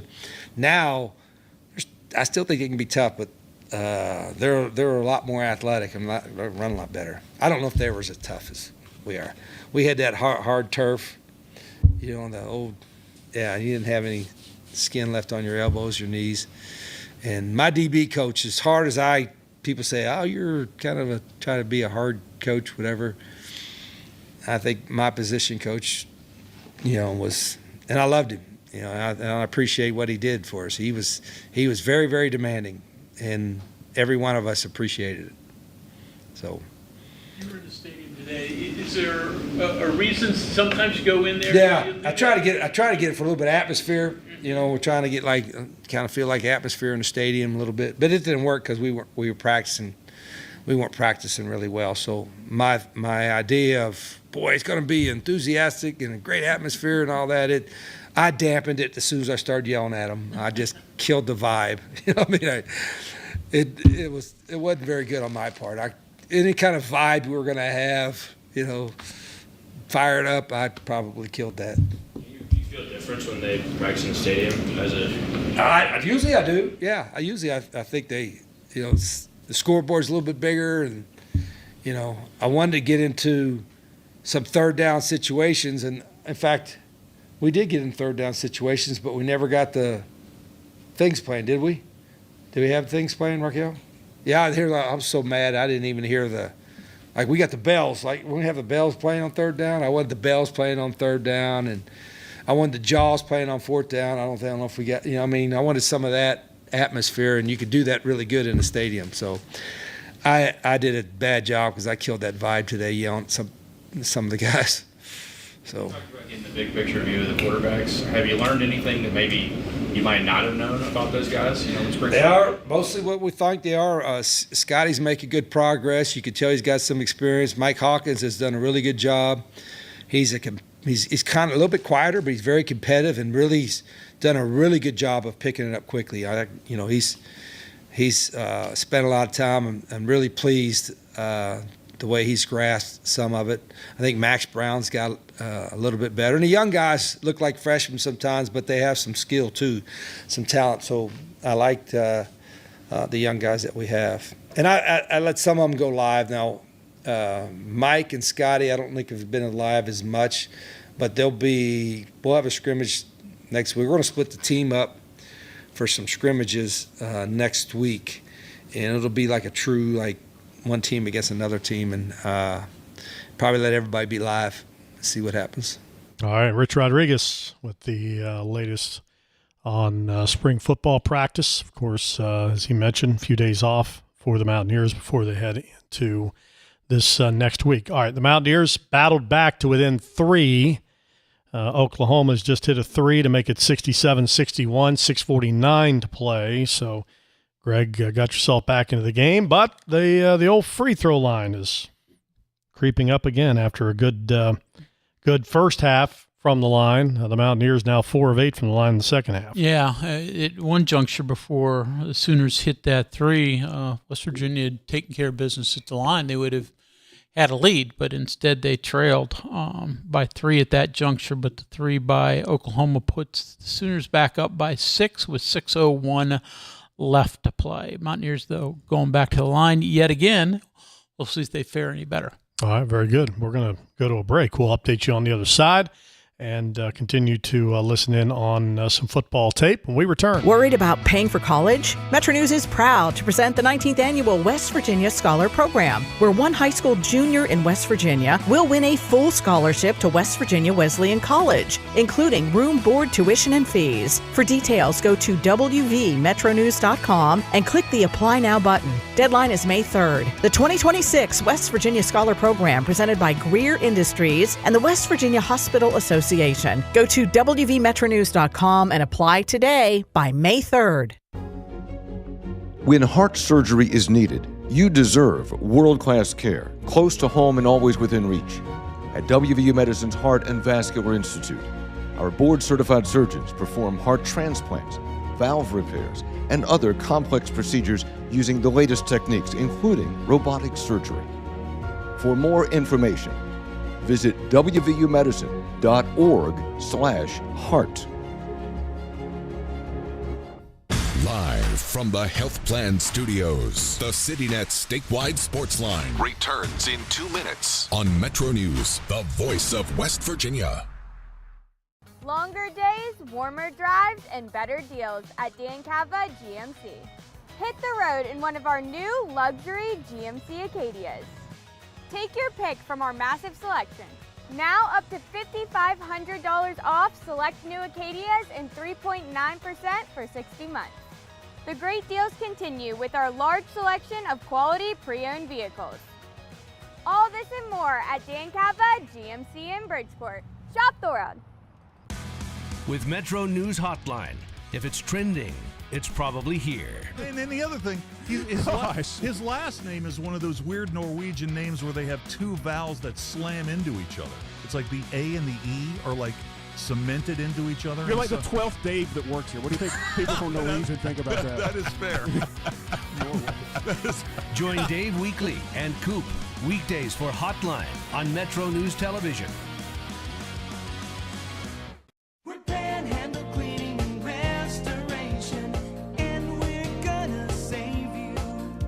We've got it down to a science, an absolute state of art.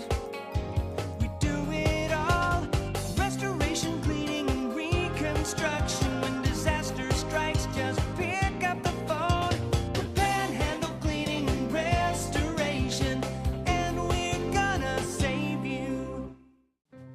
There's often an assumption that my nasal congestion, my sneezing, my runny nose, these are just things that I have to live with. A lot of times patients will tell me, I've tried every allergy medication, every nasal spray, I've done it all, doc. And then I'll frequently say, what about this? You need to come to the WVU Medicine Sinus and Allergy Center. If those things haven't worked, there are new options, new treatments. There's probably something we can do to help. You don't just have to live with those symptoms.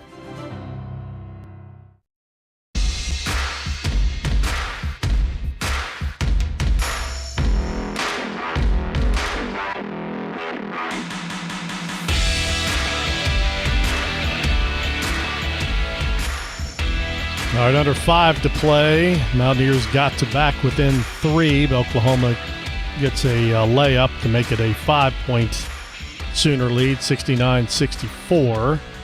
Oklahoma has the ball after a missed Hunter Huff 3, and now we have a held ball. Arrow will be in favor of Oklahoma. 4:25 to play. We'll update you, but first, let's hear from new Mountaineer defensive ends coach Deke Adams. New on the job. First time the media's had a chance to meet him. Kevin? Good. Okay. At this time, we have defensive ends coach Deke Adams. All right. Questions for you, Coach? Greg? All right. So let's start with some of the basics in your background. First of all, is Deke a given name? How'd you get that? It's a given name, but not a government name.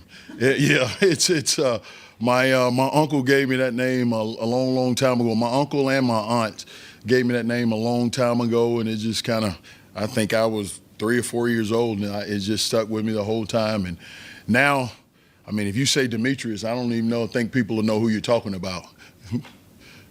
So how did you get into coaching? Obviously, you were a good player at Southern Miss from reading your background, right? So did coaching come natural to you at that point? Well, I'm going to say this. I think I was an average player. I played with a lot of really, really good ones. I did do that. It did. I graduated with my master's, and Mike Williams was the running back coach at Southern Miss at the time, and he took the head job at Jacksonville State. And he asked me to go with him, and I went with him as a defensive ends guy. That was back when they were restricted earnings coaches and, barely making ends meet. But I really wanted to be in the business and loved the business. I thought, at that time, really felt like I had a calling for it. And it just stuck. It's been 30 years since. Take you to all the places that it's taken you. You've been in a lot of different spots over the years. I have. In 30 years, me and my wife were talking about it yesterday. Our truck showed up yesterday with a house, kind of dropped everything off, and this was move 13 out of 30 years. And so I've been in a lot of really good places, and all the way from had a chance to coach at my alma mater, and one of about I think 3 or 4 schools that are coaches that have coached at all 3 major colleges in the state of Mississippi, and and then North Carolina twice, South Carolina. I had a chance to be around it and be around some really good coaches with Steve Spurrier, Larry Fedora. It's just a lot of really good guys, and so it's been a good ride for me. How do you think about your group? The one you inherited. Well, I think they're doing a good job. This is I think week 4 for me. I hadn't been here long, and I got in late. It didn't have any say so really in the recruiting process of them. So coming in, they were getting to know me getting to know them, my style, their style, who they are, and what they're good at. And I mean, right now we're just kind of trudging away every day and trying to get a little bit better. I think we have a lot of talent in the room, but I still think we have a long way to go. You just said he's splitting up the responsibility, coaching responsibility differently, where you've got the ends and Coach Green's got the interior guy. Yeah. What's the biggest difference between what you coach and what he coaches, and how do you mix them together? Well, I think, I think the biggest difference, I'm a lot older than he is right now, but he's a really good coach. I've known about him for a while, and he does a really good job. And this is the first time I was talking to somebody else about it earlier, the first time in 30 years I've only had 2 other guys up front. But I think it's really good because it allows us to really focus in on the basics and the fundamentals of each position. And Coach Green does a great job, and me, like I said, getting to learn our guys and they learn me. I think it really helps the process and allow us to grow faster. So I think it's going to be really good, and we both are hard coaches. We get on them, but we love them at the same time. What are some of the fundamentals that are non-negotiable for an edge guy? Oh, well, the biggest thing is just the ability to run off the football, be able to set the edges. You want to have kids with good length on the edge, but you have to. The biggest part in this program within general, period, not just edges, is you have to play hard. It's non-negotiable. You have to play hard. You have to play physical, and that's the game of football. And so if a kid doesn't want to do that, then I'm not sure he's going to be a really good player anyway. But the fact that that's a non-negotiable here in the entire program, that makes it a lot easier translating it to our players. But the ability to be able to bend and rush the quarterback is huge. And that's one thing that we've been working on, because that's an area that we're really trying to improve on, is be able to get pressure on the quarterback. Nowadays, a defensive end can be, a really athletic 220 guy or like a guy pushing 300. Right. Do you coach that all the same, or does it have to be different for the different? Well, I think you look at what the kids are capable of doing. And if you have a kid that's a bigger guy, because I've been places where I've had a 300-pound defensive end.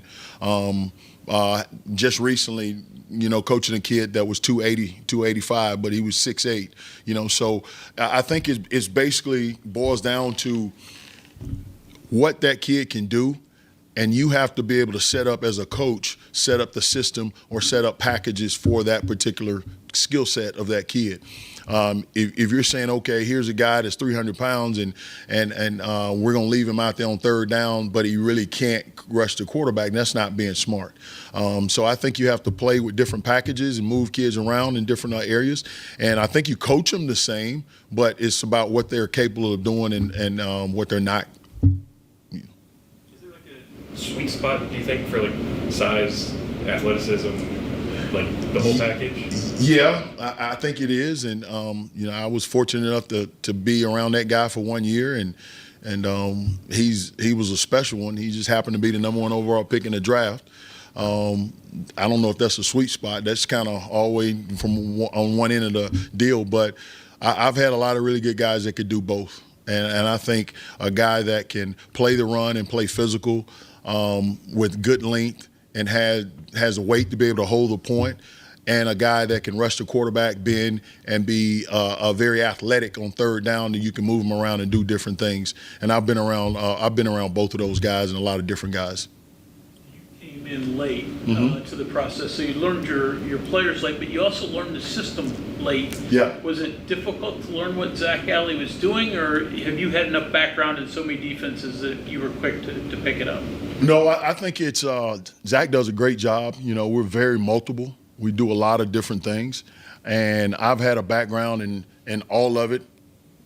Not all at one time, but in all different areas.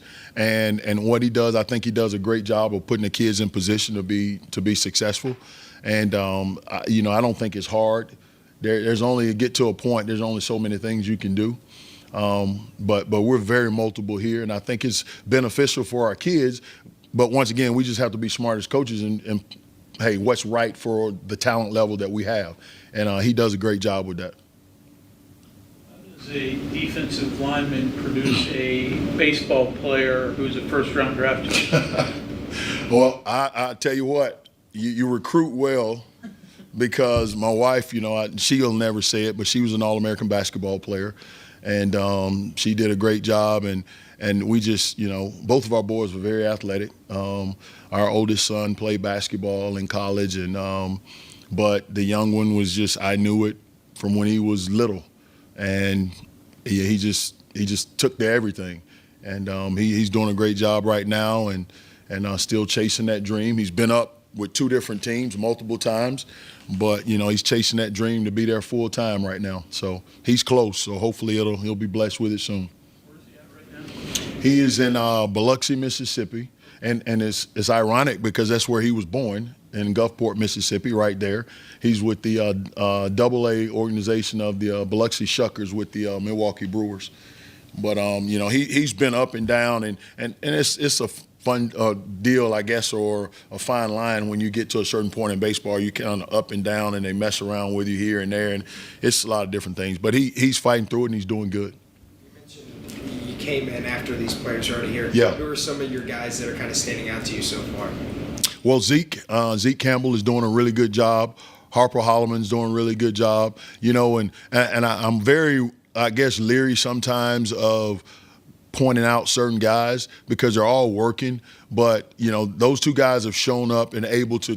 But ironically, those two have played the most football in the room. So, it's expected of them to be there.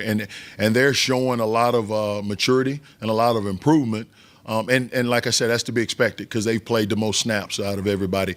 But I think we got a lot of young talent, and it's just got to develop. One of those would be Toby, I guess. Hasn't played a lot of football, but has a high resume. So what do you see from him? Yeah, he's done a good job. I mean, he's done a really good job. He was banged up a little bit early in the spring. He's just starting to come into himself. But once, like you said, he hadn't played a whole lot of football. He's still young. I mean, when you look at him, you don't think he's a young freshman, sophomore type kid, but he is still young. So there's a lot of improvement, though. But it's a lot of improvement, like I said, in the whole room. We've got a lot of work to do and a short period of time to do it. To make it better on your pass rushers, that West Virginia such mobile quarterback style offense that they got to chase those guys down? Yeah. Well, I mean, in today's game, that's kind of everybody you're playing. Most people playing with mobile quarterbacks that can move around, and you want to have kids that can chase guys down when they get outside of the pocket, but you also want to have guys that are strong enough to be able to collapse the pocket and keep them in the pocket and be able to make plays when they get there and not have to chase them all over the place. But I think we're very athletic in the room. But like I said, I mean, we just got we got to mature a lot because there's not a whole lot of snaps in the room. Coach Rodriguez mentioned that he was getting to a point in the spring where he was going to start cutting some things down because he thought guys were. How does that square with you wanting to learn as much as you can about your players and seeing maybe, hey, this guy does these things very well. Maybe he's a good wide rusher, but that ends up being something that this defense doesn't do well. Is it hard to get a true read on everybody? Well, it's tough when you do a lot of different things. It really is. But I think you have to expose them to everything to be able to feel, okay, what are they capable of doing? And now at that point, now you're able to say, okay, this is who we have. This is what they're good at. This is what we can do. Now let's focus in on that. But I think early, and it's hard during this age of the transfer portal and all that because most teams are changing every year. And you teaching different things and you exposing them to different things to figure out what they can and can't do. And I think we do a great job of that here. Zach does a great job of that, of exposing them to a lot of different things. And, we're very, like I said earlier, we're very multiple, but, we'll definitely cut things down as we go and fine-tune things and allow them to be the players that we know they can be. All right, there's the new Mountaineer defensive end coach, Deke Adams, coming down to the wire. West Virginia leading by 2. Hunter Huff has been massive, hit a 3 to tie it, just hit 2 free throws to give the Mountaineers the lead, 76-74. Oklahoma ball, Hunter has 31, and Greg also in that, the 3 before that one became the school's all-time single-season three-point shots leader. Yeah, now with 119 and counting maybe on the season in terms of three-pointers, and a little bit ago passed Frank Young for that mark. So he's going out in style, though Oklahoma scores as well. Now with 18 seconds left, this game is knotted up at 76. Yep, got a chance to win it here. Shot clock will be off. Mountaineers have 2 timeouts, and Mountaineers also at just 5 team fouls. Oklahoma's in the double bonus, so the Mountaineers will have a chance here to perhaps win it. Missed jumper from Hunter Huff. West Virginia offensive rebound.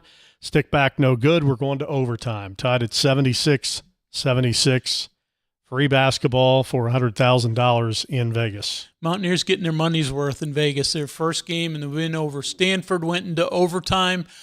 This one now for the title on Sunday, also going into overtime against the Sooners. So thought this was going to be a good game. It's been a wild ride, right? I mean, West Virginia had a 15-point lead in the first half. Oklahoma had a 13-point lead in the second half. And at the end of regulation, they're all tied up. Yep, going to OT. Huff didn't get a great look on the initial shot. Obioha didn't got a little bit of a push tip, if you will, but put the ball into your money man's player at the end, and Huff, not a great look to send the game into overtime, but West Virginia does take momentum into the overtime period as Oklahoma really has had a rash of turnovers, 7 turnovers in the second half, 14 now in the game. And you look at the points off turnovers, I mentioned at halftime, that number typically you can't live on it, but West Virginia has in this game 26-7 and points off turnovers for the Mountaineers, and 76-76. Just those couple of missed free throws. Yeah, you look at that. Half. 31 points by Honor Huff, the most he's had in his season with West Virginia. So, I mean, obviously he's been the Mountaineers' leading scorer, been over 20 a number of times. Never been over 24, though, until today. All right, very good. 5-minute overtime period. We'll update you when we come back. Take a break. Be right back. Sportsline continues in a moment. If you have a child who's a junior in high school in West Virginia or know someone that does, please listen up. Here's your opportunity to win a full scholarship from West Virginia Wesleyan College that includes room, board, tuition, and fees. The 19th Annual West Virginia Scholar Program is presented by ZMM Architects and Engineers and the West Virginia Farm Bureau. The deadline is May 3rd. For details, go to wvmetronews.com to apply. That's wvmetronews.com. Remember, application deadline is May 3rd. We are there for you, to care for you at the health plan. We are here for you. For over 4 decades, we've been rooted deep inside West Virginia. Through thick and thin, supporting local families and businesses. Proudly serving your neighborhood since 1979. Your trusted partner in the community. The health plan, we are here for you. Live from the Health Plan Studios, the CityNet statewide Sportsline returns in 2 minutes on Metro News, the voice of West Virginia. You want to know what West Virginia is talking about? It's good to be back in Morgantown today. Now it's different. I think it's mostly just business. What I voted for and what I think makes the most sense. Well, Dave, this has been a bit of a controversy. I want to thank the caller last week that said I sounded like Hoppy Kurtzwell. That was flattering. Join Dave Wilson and TJ Meadows Monday through Friday for Talkline on Metro News Television.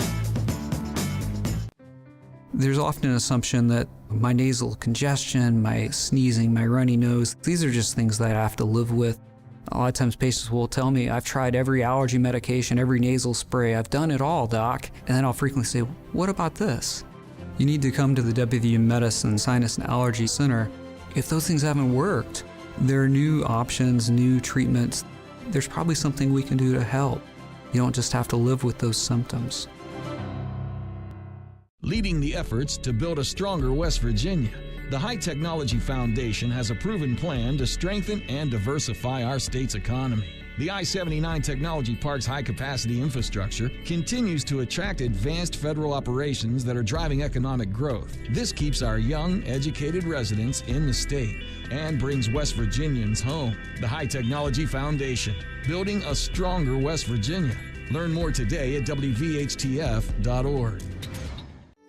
We are there for you, to care for you at the health plan. We are here for you. The Health Plan proudly supports our active and healthy communities and has been your most trusted carrier for over 40 years. Log on to healthplan.org for more information. We are there for you, to care for you at the health plan. We are here for you.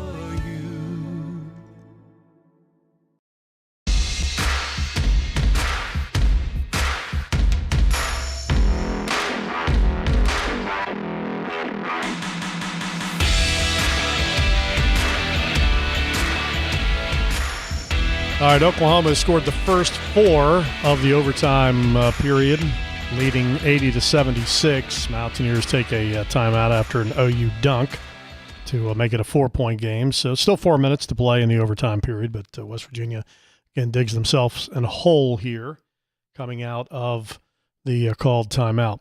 All right, we'll update you again in 12 minutes. Jay Boulware, new Mountaineer running backs coach, met with the media for the first time this week. Let's listen in. Well, Coach, new to the program, how accustomed are you getting, comfortable system-wise, just being in West Virginia? How's it going? It's going great. Very comfortable. I'm acclimated. Got a place. Got my local watering hole down, so that's all that really matters. Enjoying this ride. I enjoy the journey. That's the part I thrive on.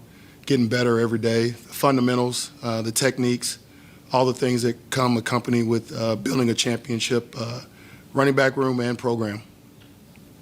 You're kind of a clean slate. All the guys you got really don't have a lot of familiar, as Cam does from before, but kind of a clean slate, right, with your guys? Yeah, Cam has a little bit, having been with the Trickets. But, yeah, I mean, it's a completely new room. I enjoy that, too. We kind of learned it all together, you know what I mean? Took it step by step. There was no, this is what we did last year. This is what, everything was, hey, this is what I know, so this is what you guys are going to know. So everything was fresh, and the guys have taken to that approach pretty well. And in my mind, they've done a great job of assignment football. That's the easy part. Assignment football is the easy part. It's not what we get paid to do. We as coaches got to be great teachers and teachers of the fundamentals. Anybody can put stuff on the board and say, here's what you do. They should be doing that themselves. You go to the NFL, they give you an iPad and they tell you to learn the offense and come in the next day. But that's not coaching. Coaching is teaching these young men the fundamentals and techniques to go along with those assignments. To Cam's, very productive back. He's the leading rusher coming back. Is there any deposits in the bank because of what he did there and what he's done over the time? Absolutely. He's played in a game and at this level, which is more than everybody else in the room can say. So, he's our experienced guy. He's our veteran. I can tell him something one time and he pretty much gets it. So that in itself is leadership. The other guys see that, oh, okay, Cam's picking this up, and then they try to do it. So, having Cam in the room is a tremendous blessing. Glad I went out and got him a lot. It really pays off right now because everybody else in that room is new. So that's the challenge. What's he do best, in your opinion? He does everything well. Yeah, he press really blocks, does. the whole. He does everything well. Yeah, he's got great patience in the run game, great vision. He can catch the ball. He can block. He can do it all. And so his versatility is definitely in Coach Rod's offense has been a nice added dimension. What makes you feel that he's ready to continue at his same pace in the Big 12? I don't really know what the same pace is. You know what I mean? Production, maybe. Well, again, yeah, we're a little bit different than what they were last year. This is Coach Rod's offense, so I do expect obviously productivity from that position and from him. But it's a collective effort running the football here, as you guys well know, under Coach Rod. All 11 members are involved.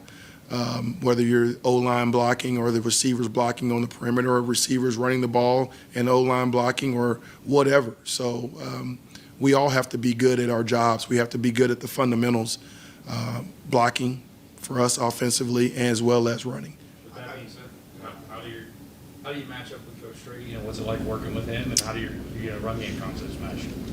They match up. I do exactly what he's asking me to do. One of the reasons I think that, I've had such a long, productive career is I'm a football coach. I played O-line in college. My mentor, a guy by the name of Dan Roshar, who's the O-line coach at the Bears, once told me a long time ago that, hey, if anybody ever asks you what kind of coach you are, you tell him you're not an O-line coach, you're a football coach. And he himself, he played quarterback in college. And so, that in itself has kind of helped me throughout my career do a multitude of things because I'm a football coach. I teach fundamentals. That is my strong suit. I'm a fundamental teacher, and I kind of lean on that in every position I've ever coached. Is there any more you can tell us about the rest of the room in terms of maybe other guys that you think could share that workload with him as great as he can't do it? Yeah, I love what Latimer's bringing to the table. He is conducting himself like a veteran, having an older brother that's played collegiate football, obviously played for Coach Rod at Jacksonville State as well. He's showing him how to be a pro, and in everything that he does. I'm not saying he's perfect by any stretch of the imagination, but he's definitely conducting himself like a veteran. From the work that he does in the training room. I go check on our guys in the training room in the mornings, and he's not even injured, and he's in there doing, stuff to make sure he stays healthy. So that's a veteran approach. He's here at night watching film. That's a veteran approach. And so that's really good to see from a freshman. You don't see that very often. I've had maybe one other true freshman in all my years of coaching running backs, which is a lot, conduct themselves that way and be as well-rounded as he is. And I'm pretty pleased with him right now and what he's bringing to the table. Take us into your background a little bit. I know your playing career ended with an injury, so did that sort of spur you into coaching to stay in football? How did you get into coaching? And then you said you coach, but offensive line to running back is an unusual coaching move. So how did all this happen? It is unusual, or is it? It is. At least from my perception. Well, if you listen to Andy Reid talk, I think he said long ago that if you can coach O-line, you can coach any position. Not only did I play O-line, but I coached O-line with my mentor when I was at Northern Illinois. And for 3 years, had a really good O-line there, and had running backs, a guy by the name of Michael Turner, later on Garrett Wolf. And, there were some really good players. P.J. Fleck was a wide receiver that played for us there. Thomas Hammock was a running back that played for us there. So that was my first full-time job. And, yes, my coaching career started when I was at the University of Texas. I had a career-ending arrhythmia. And just like everything that's gone on in my life, as one door closes, God has opened up another door for me.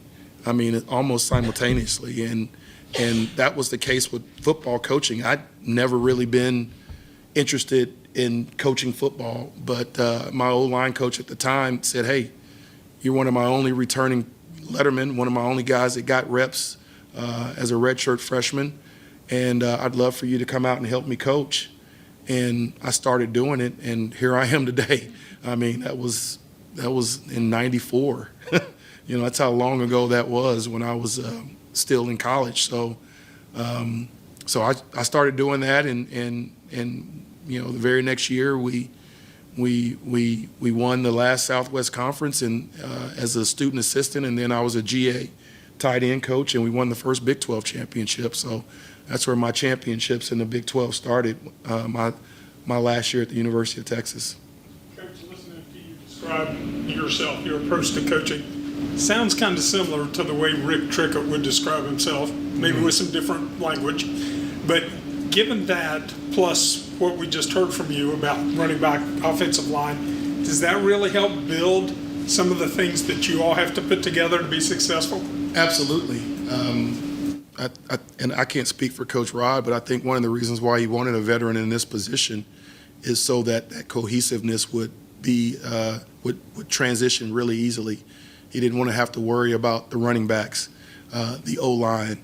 I understand what Coach Trickett is doing because I played that position, and our offices are right next to each other. So anytime he wants to share a thought or an idea with me, just, hey, stick your head over here real quick, and I'd get up and run over there because, there's a respect game from me. He's a legendary O-line coach.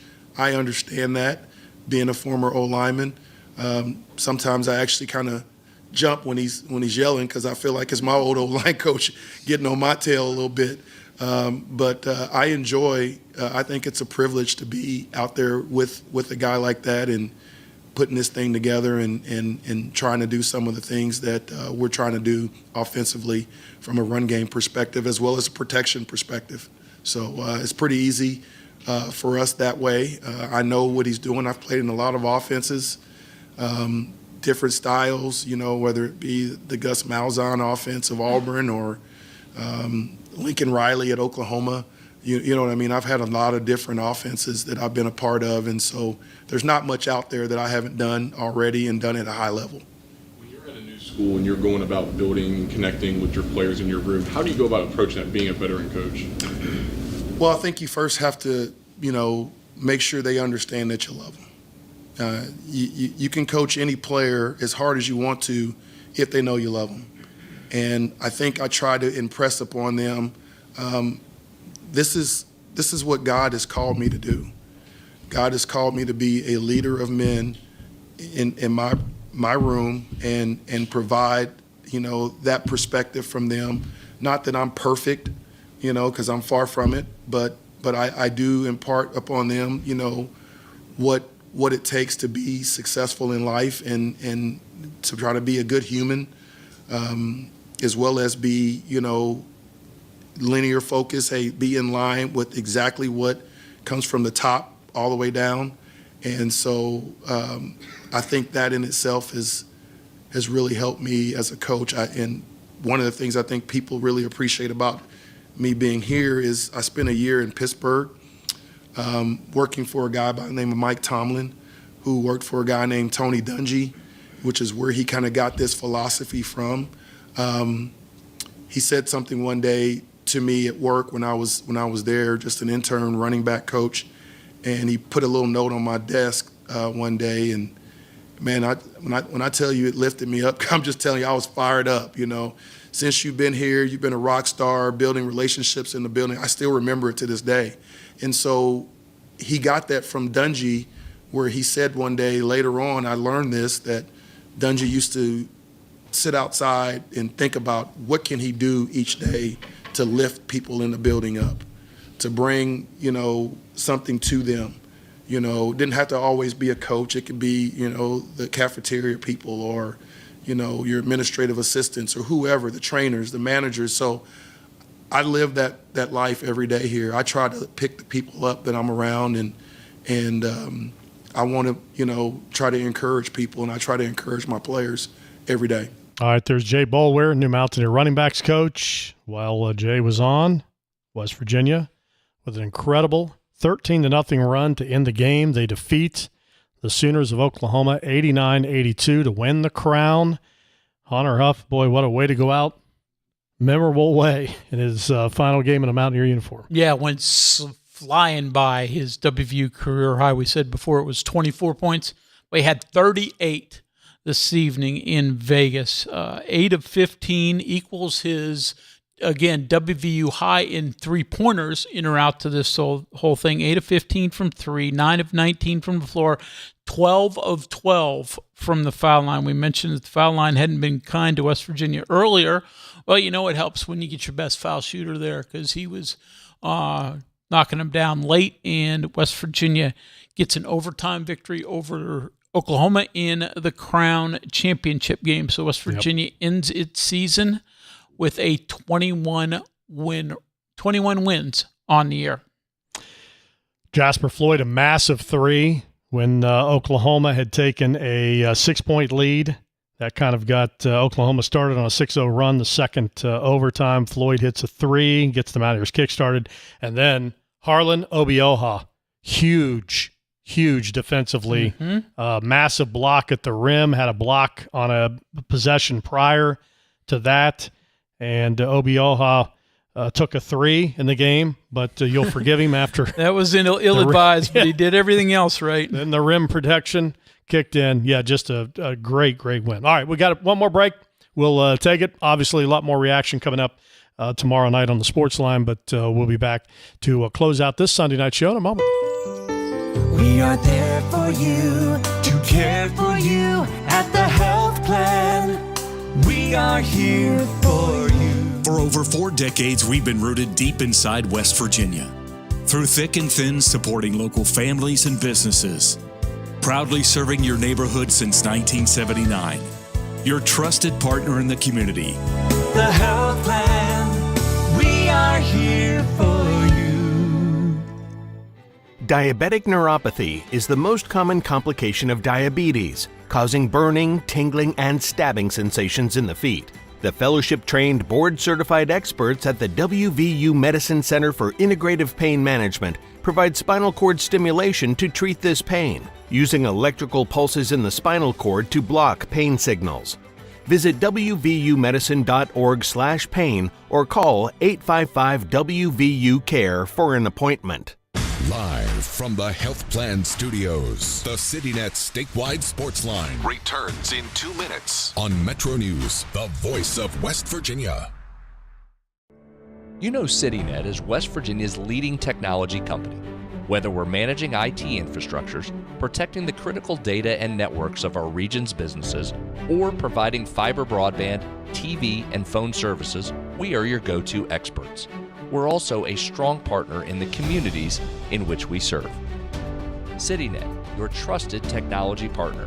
Learn more about us, visit citynet.net. Sunshine, open roads, and a new Toyota from Dan Cava Toyota World. Lease an all-new Camry for as low as $398 a month. All new Tundras now up to $8,000 off.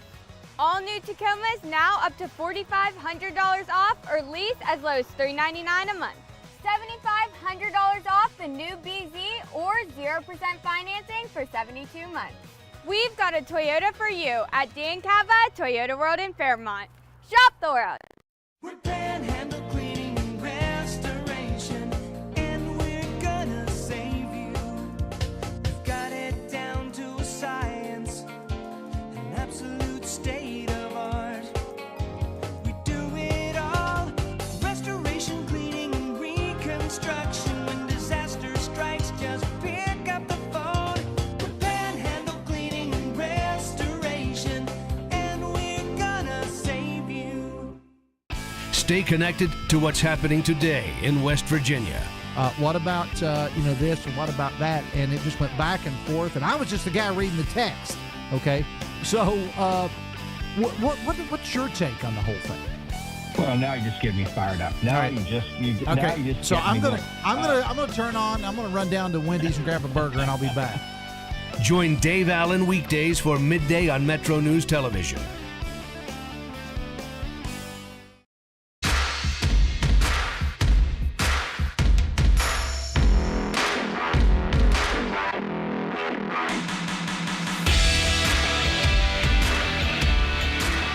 All right, welcome back. Sportsline continues. Texts are rolling in here. WVU Crown Tournament champions, the West Virginia Mountaineers, $300,000. Texter says better get the boys out of Vegas right now or that money's going to go back into the casino tonight. Luckily, I don't think you get the check yet. Probably not. Yeah. But you know what? They're adults.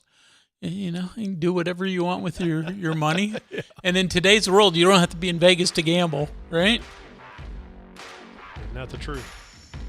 All right. Great season. Obviously, we'll talk more about what it means and have a chance to decompress. But right now, just enjoy it. It's great to come from behind win when West Virginia looked completely dead in the water for a long, long time in that game. The Mountaineers with some timely defensive stops.